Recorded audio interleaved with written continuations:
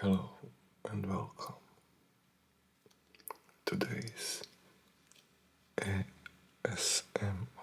story will be about a rise and fall of Roman Empire.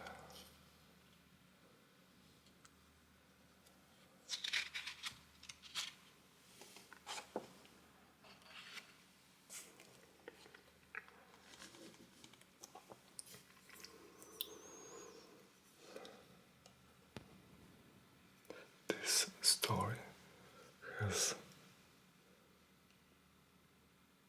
many chapters, and we will go through some of them.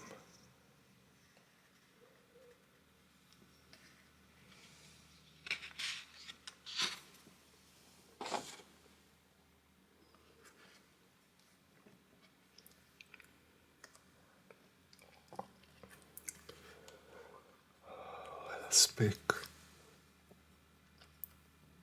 about the ancient Rome.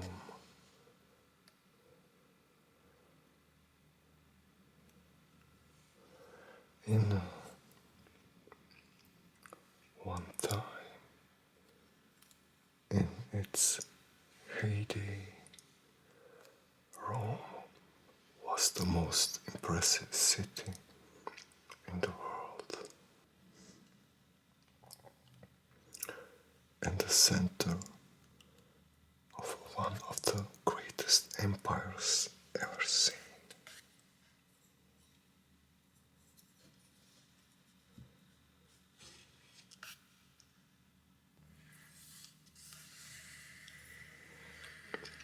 We have here on this picture Rome at that time, and here we can see many interesting buildings, from Colosseum to Circus Maximus,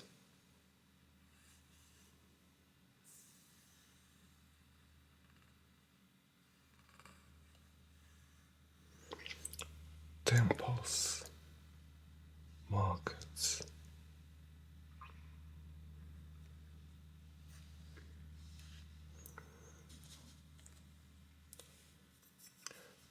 here we can see a river Tiber.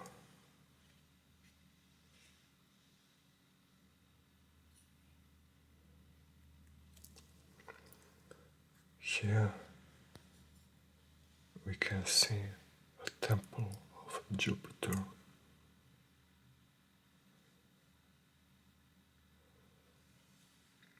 Here are markets of Trajan.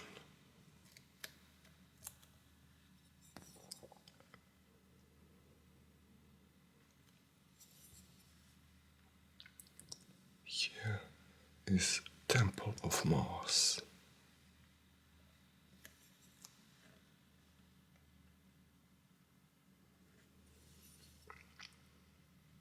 Here is Temple of Venus.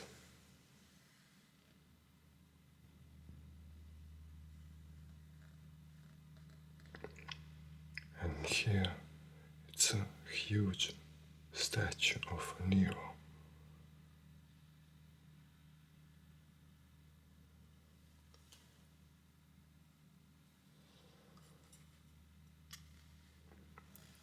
Here we have Arch of Constantine.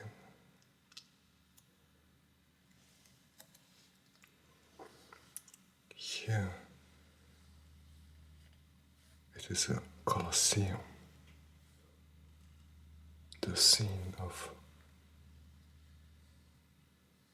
gladiator games.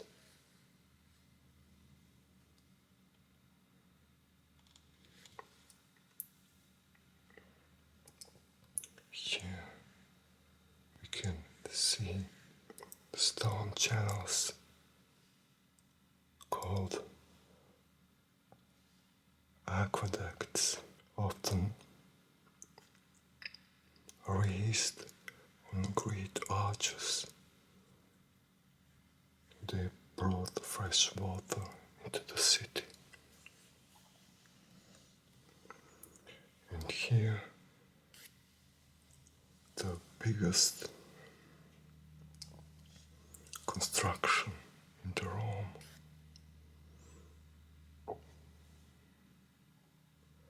It is Circus Maximus, venue for chariot races.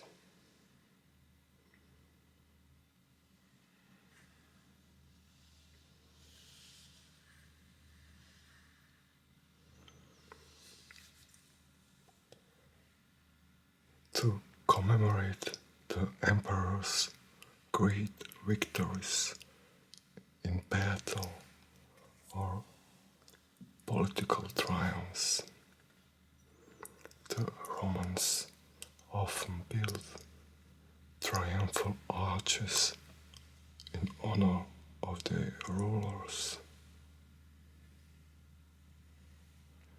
This example is the Arch of Constantine. To honor Constantine I's victory over his rival Maxentius.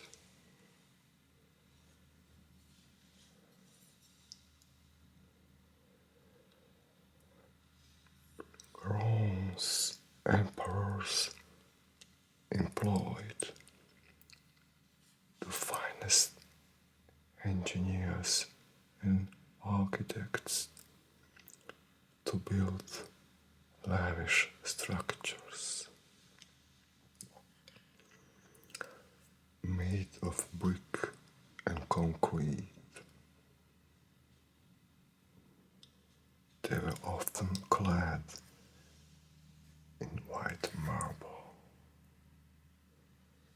so that they shine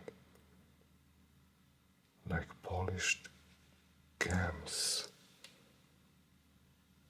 in sunny days.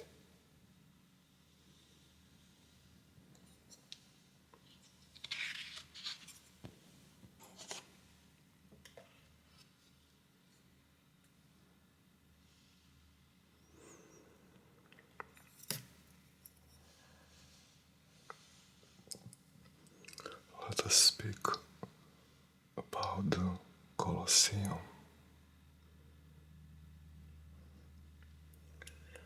In the year Anno Domini 72, the Emperor Vespasian ordered a vast amphitheater to be built in Rome as a venue for mock battles, staged animal hunts, and fights between trained gladiators. Called the Colosseum, the enormous oval building was 160 feet high. It is 49 meters and 616 feet across, and it is 188 meters The Colosseum was built of stone, brick, and concrete, and many of its surfaces were raised with marble. The Colosseum could hold 50,000 spectators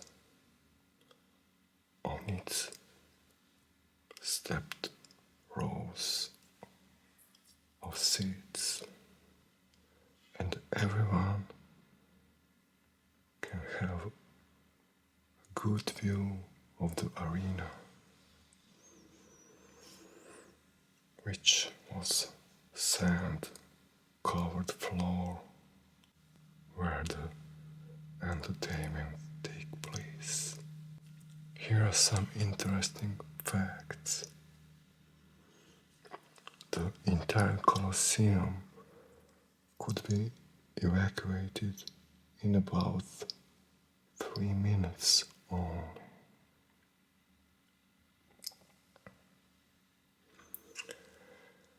There were 78 entrance arches around the ground floor of the Colosseum. Of these 78, 76 were for the public, one was for Roman magistrates,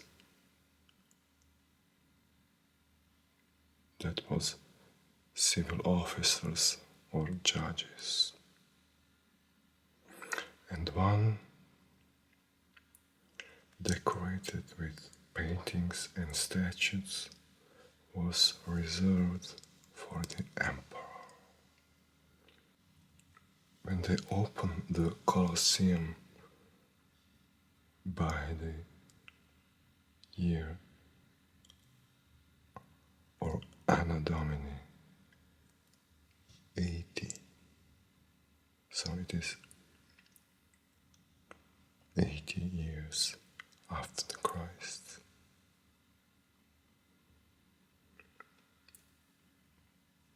The Emperor Titus was on the throne. Titus wanted to celebrate Rome's new amphitheater, but staging a grand opening with one of the biggest games ever held in the city.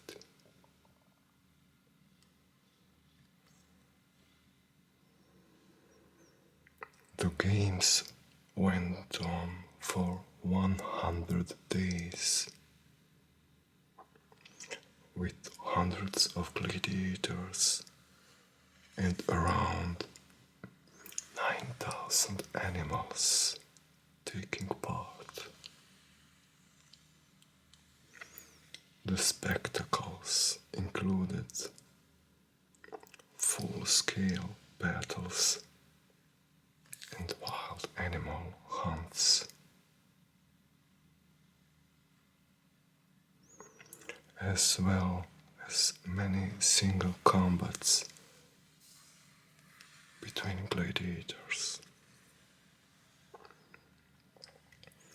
Titus even had special coins made to commemorate the occasion.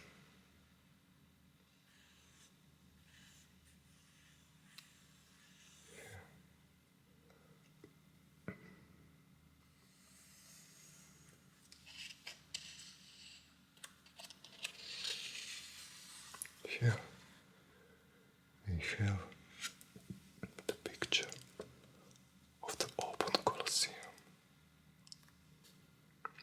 This picture represents the closed Colosseum,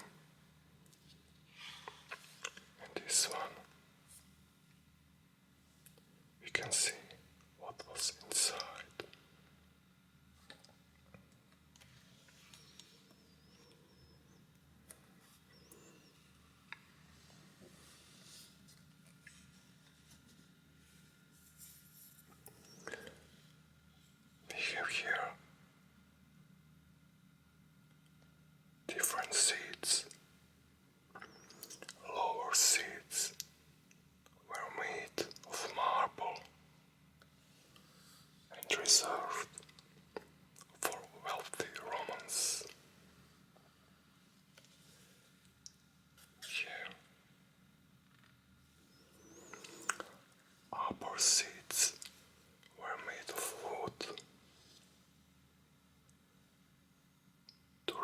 reduce the weight on the structure below.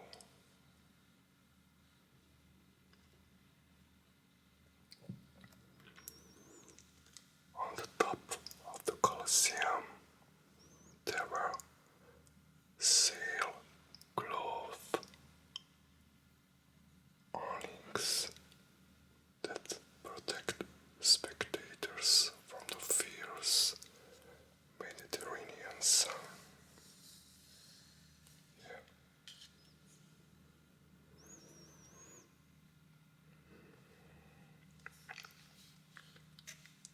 And sailors operated the awnings by turning the huge winches on the ground.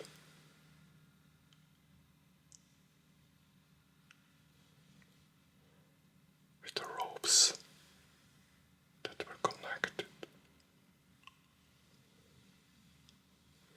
to the awnings.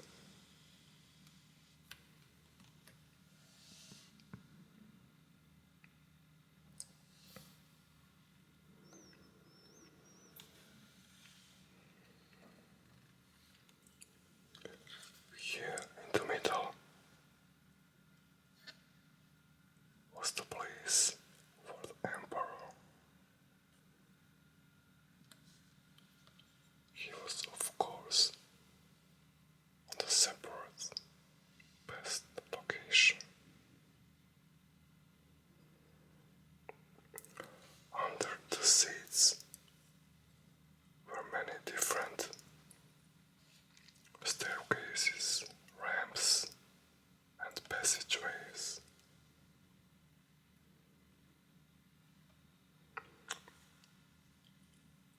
This meant that the wealthy citizens who sat on the lower rows did not have to mix with the poorer citizens or even slaves who sat near the top.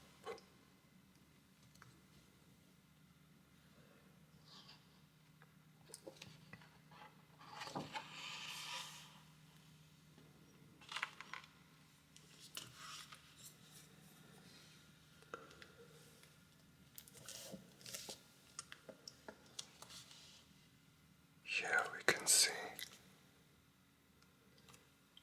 the wooden floor of the arena, which was covered in sand.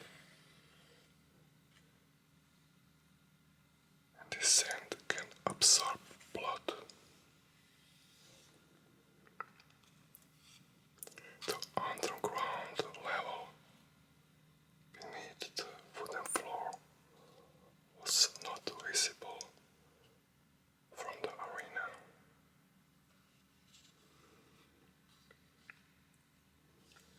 Here are lift shafts.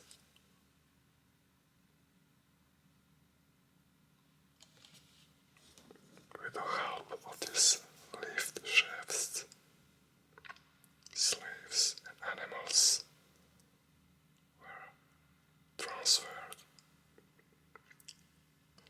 to the arena.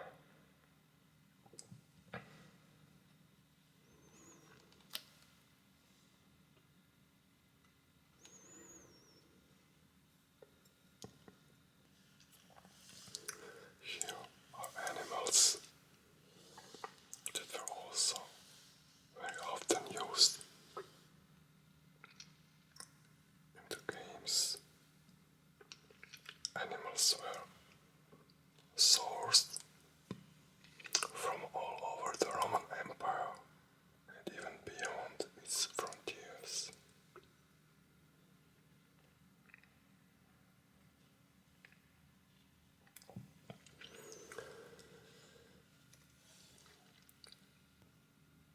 The Colosseum first opened to the public before the corridors and rooms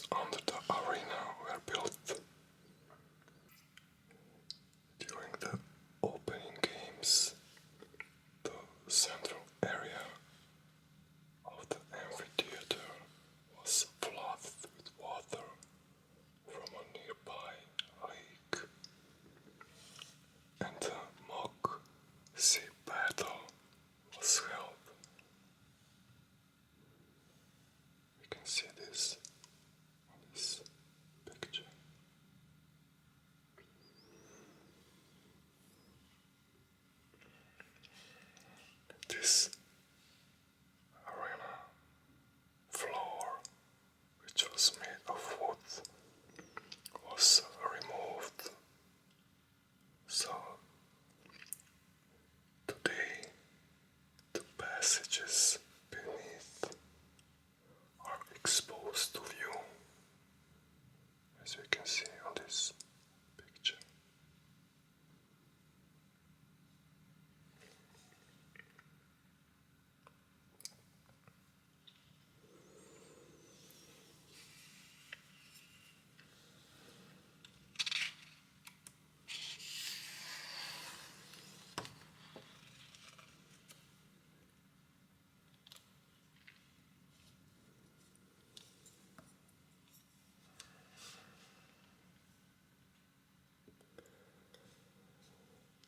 The most famous myth of the founding of Rome tells of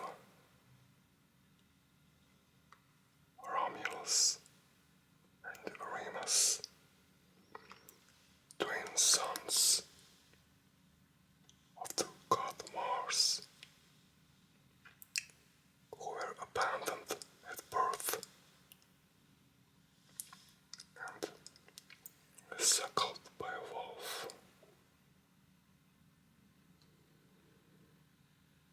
They found a new city, but they quarreled, and Romulus killed Remus. So the new city was called Rome, after the surviving brother.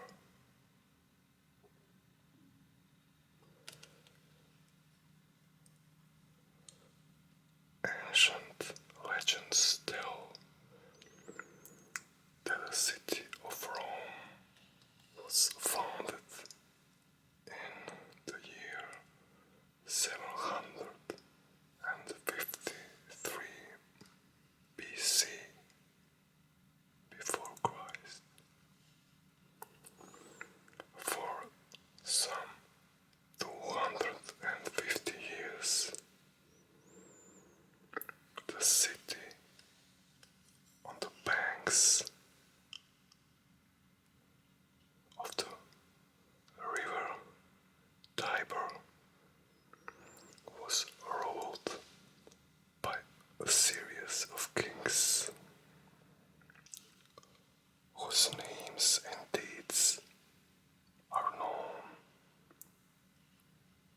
only through legends.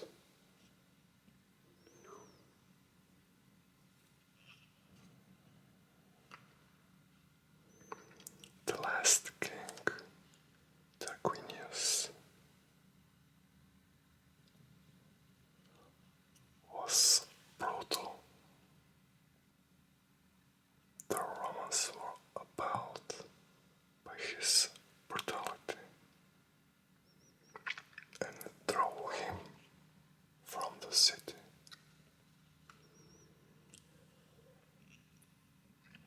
Tarquinius returned with an army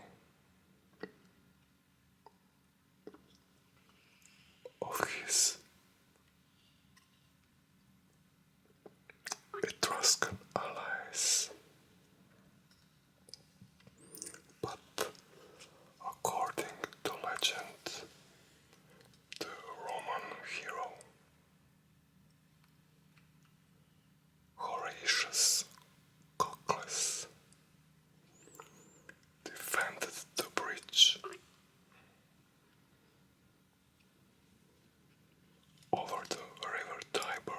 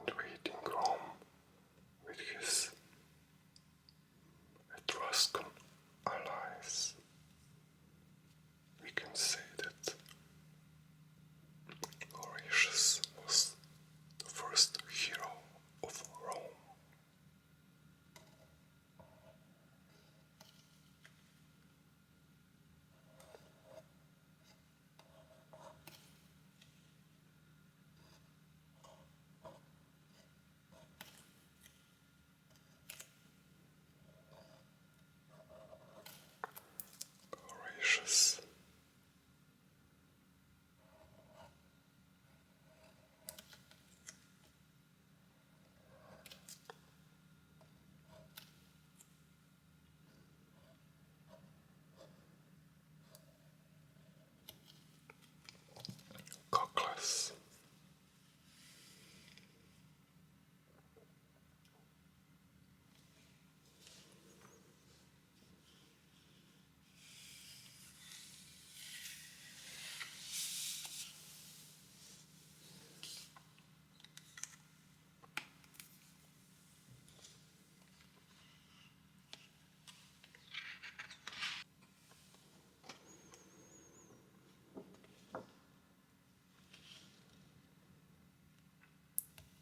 Before we come to this story, let us speak a little bit about some important years. Here we have timeline. In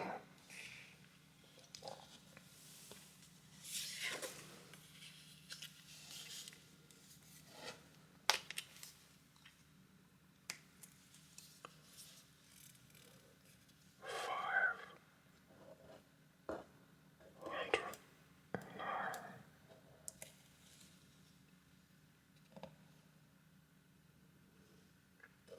BC,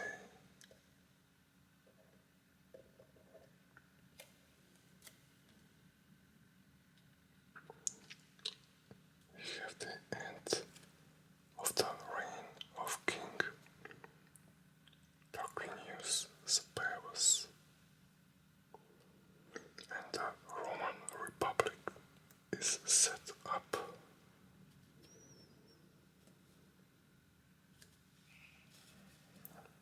In 338 BC,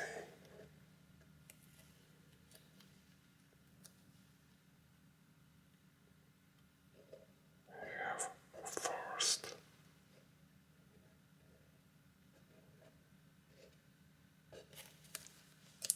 Roman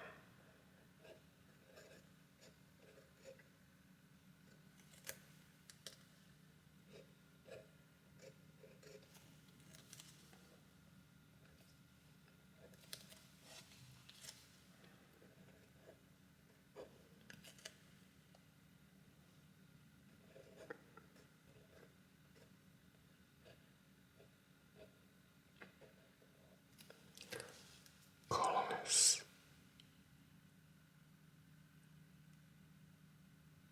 established in the area around Rome.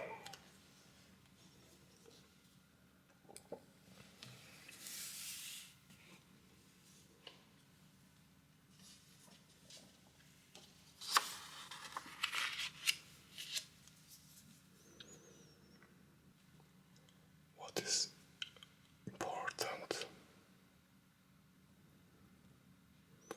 that we have then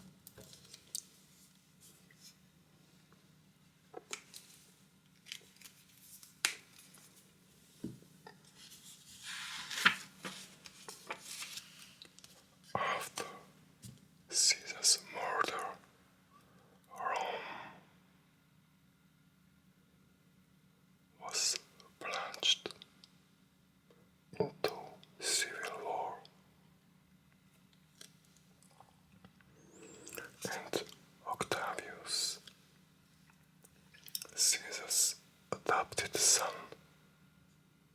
emerged triumphant. In 27 BC, he was given the name of Augustus and become Emperor of Rome.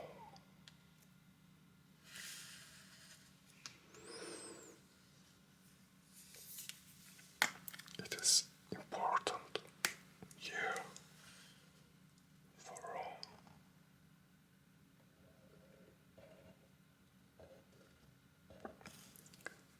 27 BC.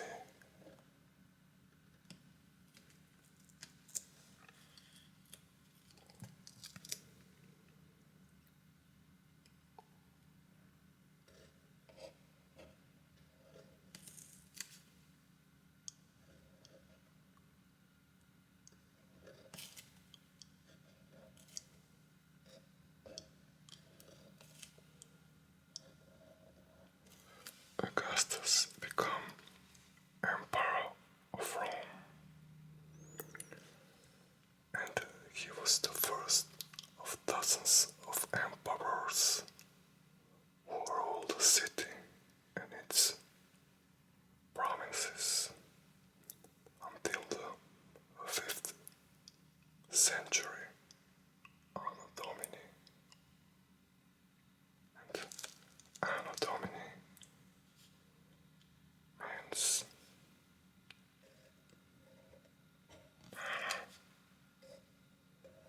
Domini means after the Christ.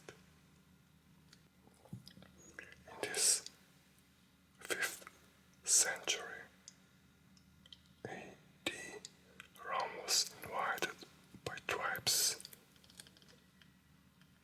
from the edge of the empire. The most successful emperors, such as Hadrian and Trajan, ruled effectively while also conquering new lands. Rome's empire grew to be the most powerful in the world, stretching from Britain to northern Africa and from Spain to the eastern Mediterranean.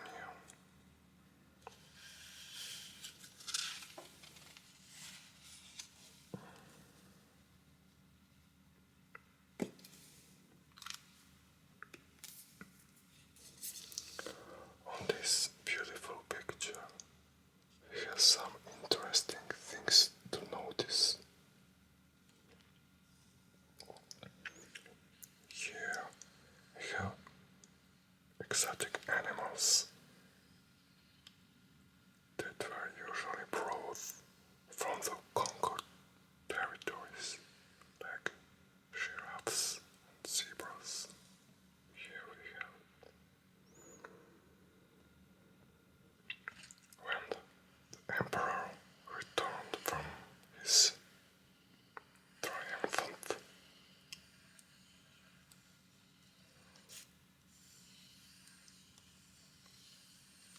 adventures. He was crowned with a laurel wreath, a symbol of victory.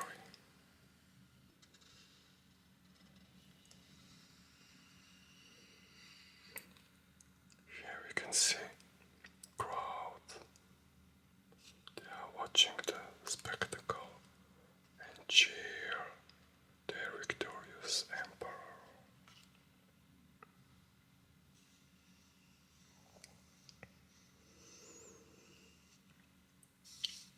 Here we have a bull, and he will be sacrificed later.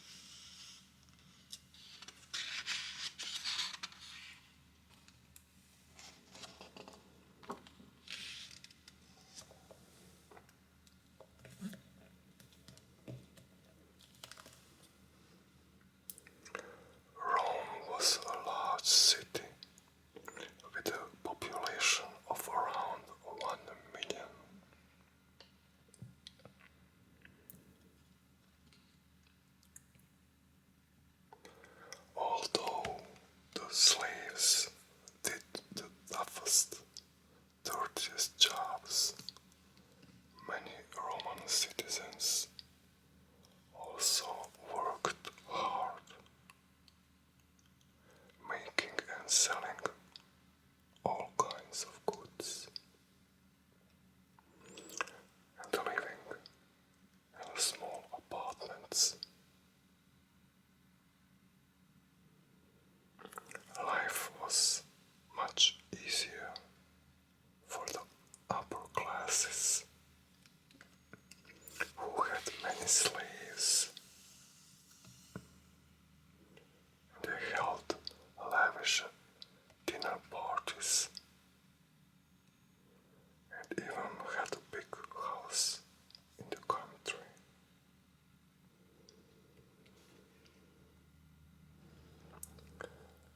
Most people in Rome lived in apartment blocks.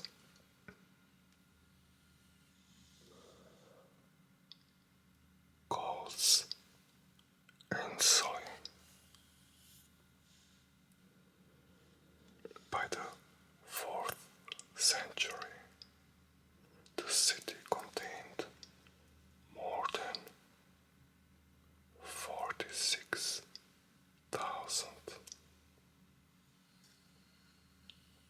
of these big buildings. They were up to 5 stories high, with shops on the ground floor.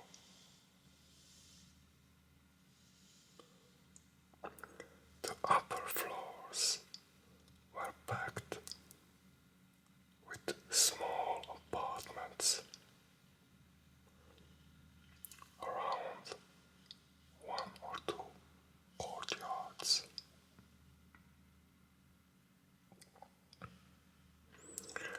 But many of these apartments were squalid. Most had no running water or toilets.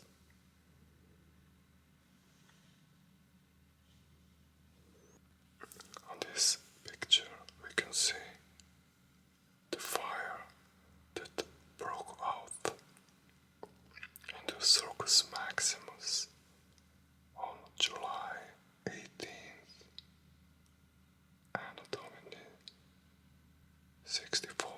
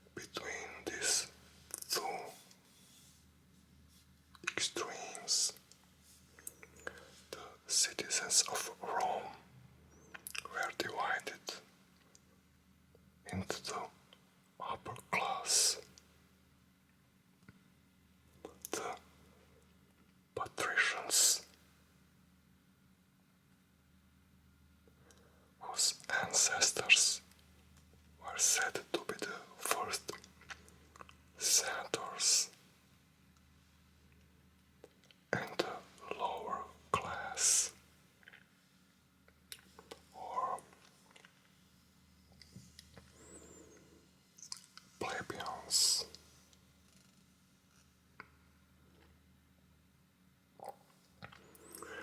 Two sections of the upper class were the equestrians or business class. Here we have a picture of equestrian and patrician senators who advised the emperor. Plebeians was Romans who were born free, but not into one of the upper classes. They were members of the lower class of citizens. And slaves were the property of the owners and had virtually no human rights, and most remained slaves for life. But occasionally an owner granted freedom to a slave.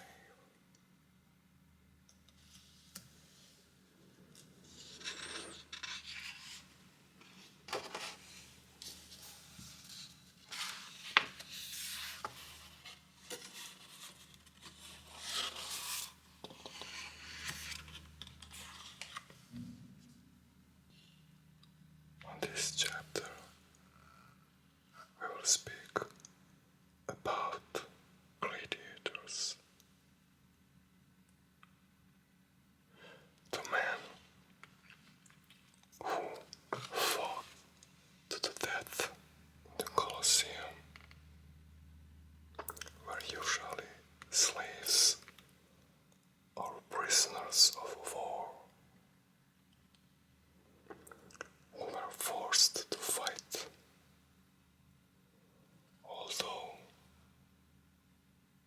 there were even a few free men who chose to become gladiators because of the fame that come with success in the arena.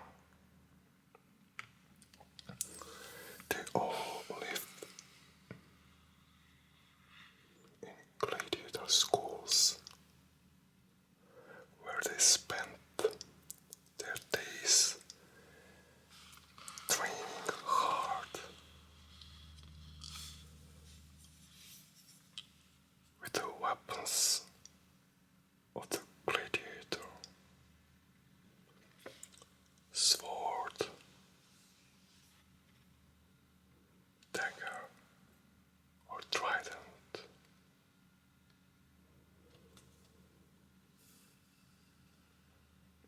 They all hoped to score a long string of victories because the slaves who won a lot of fights were sometimes granted their freedom.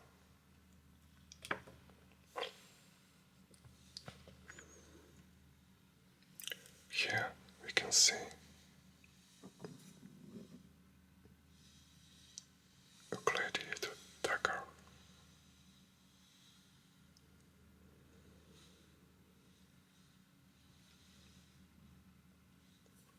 And here this gladiator hold the trident.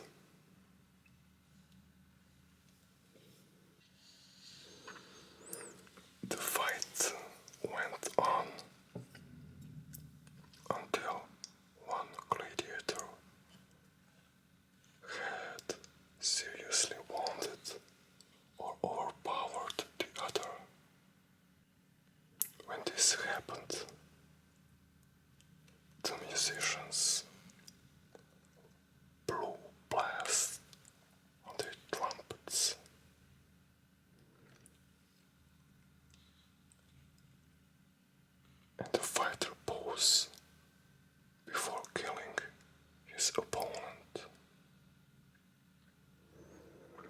The wanted man then looked toward the organizer of the games, usually emperor if he was present, and appealed for mercy. The emperor gave a signal with the thumb to tell the winner what to do. Today, historians are unsure whether it was a thumbs up or thumbs down that meant that Victor should kill the helpless opponent.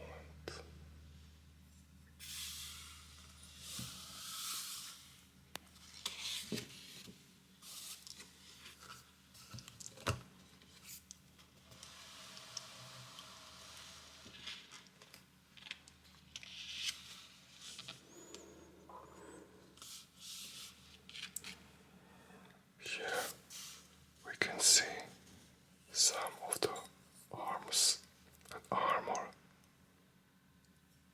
that gladiators used. The helmet, the spear, the trident, the shield,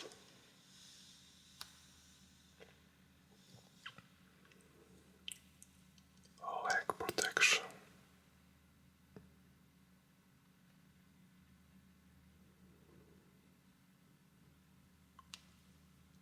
and Retiarius body armor, a bronze shoulder guard.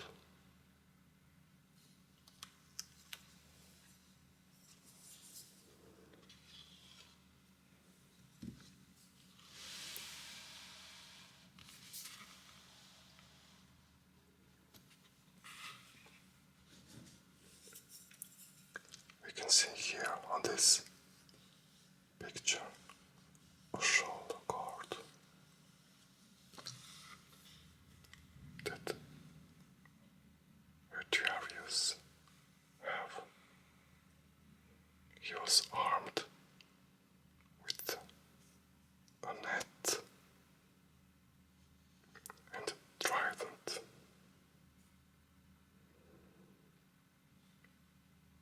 In fact, he was equipped like a fisherman.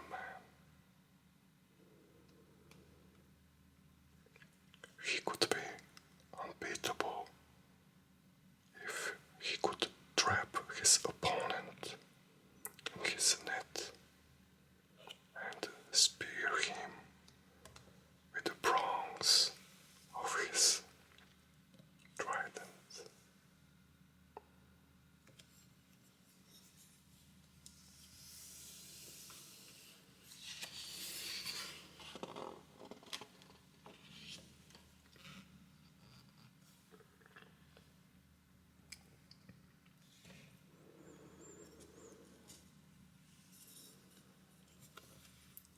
Beside the games in a Colosseum with the gladiators, Romans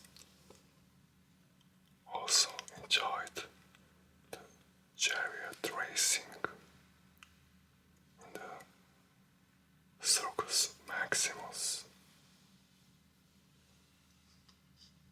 It was big